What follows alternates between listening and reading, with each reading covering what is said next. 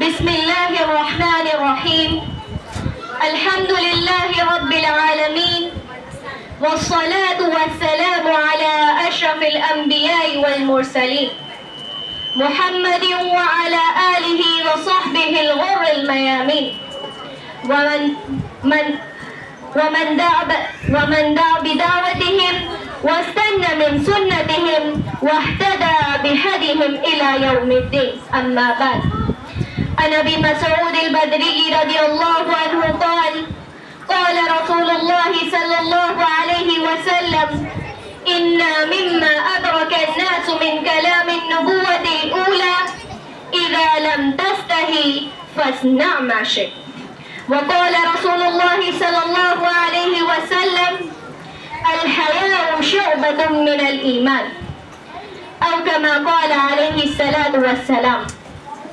لائق صدر احترام، اساتذہ کرام اور میری اسلامی ماں اور بہنوں، آج کے اس سالانہ اجلاس میں مجھے جو درس حدیث کا شرف حاصل ہوا ہے، میں اس میں ایک حدیث کے تحت آپ کو حیا کے متعلق کچھ باتیں پیش کروں گی.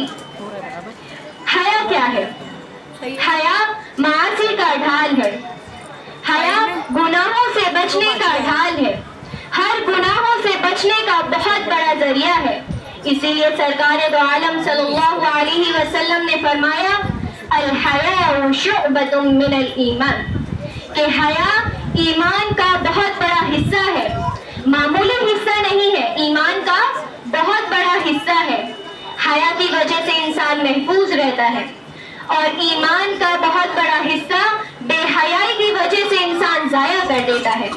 اسی لیے سرکار دو عالم صلی اللہ علیہ وسلم کے ارشاد کے مطابق لوگوں کو جو پہلے انبیاء کے کلام میں سے، یعنی گزشتہ انبیاء علیہ السلام کے مبارک گفتگو میں سے جو بات ملی ہے، جو پہنچی ہے، وہ بات یہ ہے اذا لم تستحی فاصنع ما شئت، کہ جب آپ میں حیا نہ رہے، آپ بے حیا ہو جائے، فاصنع ما شئت، پھر کر گزریے جو جینا ہے، پھر کر گزریے جو جینا ہے. یعنی انسان کو تمام تر معاصی سے روکنے کا اور تمام تر گناہوں سے روکنے کا اگر کوئی ذریعہ اور ڈھال ہے تو وہ انسان کی حیا ہے، کہ وہ اللہ تبارک و تعالی سے حیا کرتا ہے، اس کے بندوں سے حیا کرتا ہے، جس کی وجہ سے وہ بہت سے گناہوں سے دور رہتا ہے. جب انسان میں حیا نہ رہے، جب وہ بے حیا ہو جائے، فاصنع ما شئت، تو وہ سارے کے سارے گناہوں کے حدود پار کر جاتا ہے اور ہر قسم کے گناہوں میں ملوث ہو جاتا ہے. اسی لیے سرکار دو عالم صلی اللہ علیہ وسلم نے حیا کو ایمان کا بہت بڑا حصہ فرمایا ہے. علامہ نحوی رحمہ اللہ شرح مسلم کے اندر مسلم شریف کی شرح میں لکھتے ہیں والحقیقت الحیا اللہ یراک مولاک حیث نحک، کہ حیا کی حقیقت کیا ہے؟ فرماتے ہیں کہ حیا کی حقیقت یہ ہے کہ اللہ جل شانہ نے جن جن کاموں سے آپ کو منع کیا ہے، یعنی جن جن گناہوں سے رکنے کا اللہ کا حکم ہے، آپ اس سے باز آ جائیں. تو آپ نے حیا کی حقیقت پر عمل کر لیا. لہذا پتہ کیا چلا؟ پتہ چلا کہ حیا صرف ظاہر کا نام نہیں ہے، بلکہ انسان جو چھپ کر گناہ کرتا ہے اس سے بھی رکنے کا اللہ کا جو حکم ہے، جب انسان اس سے رکتا ہے تو پھر وہ صحیح معنوں میں اور حقیقی معنوں میں اللہ تبارک و تعالیٰ کے یہاں حیا والا ہے.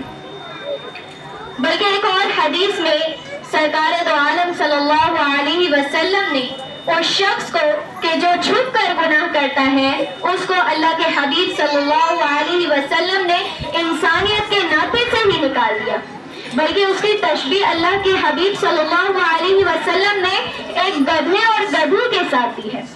فرمایا سرکار دو عالم صلی اللہ علیہ وسلم نے انسان اپنی بیوی کے ساتھ جو ملاپ کرتا ہے رات کو، وہ چھپ کر کرتا ہے، اور صبح ہوتے ہی اپنے دوستوں کے درمیان وہ کہہ جاتا ہے اور وہ کھل کر بات کرتا ہے کہ اپنے رات کے ملاپ کے متعلق کہ میں نے یوں کیا اور یوں کیا.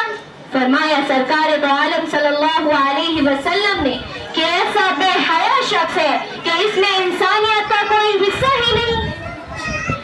اور فرمایا آپ علیہ والسلام نے اس شخص کے متعلق جو یہ کردار ادا کرتا ہے، جس کا یہ عمل ہے اور اپنے حیا کے پردے کو اٹھاتا ہے لوگوں کے سامنے، فرمایا تو آپ علیہ الصلوۃ والسلام نے اس شخص کی مثال اس گدھے اور گدھی کی طرح ہے جو لوگوں کے سامنے اپنی حاجت کو پورا کرتا ہے۔ اللہ اکبر۔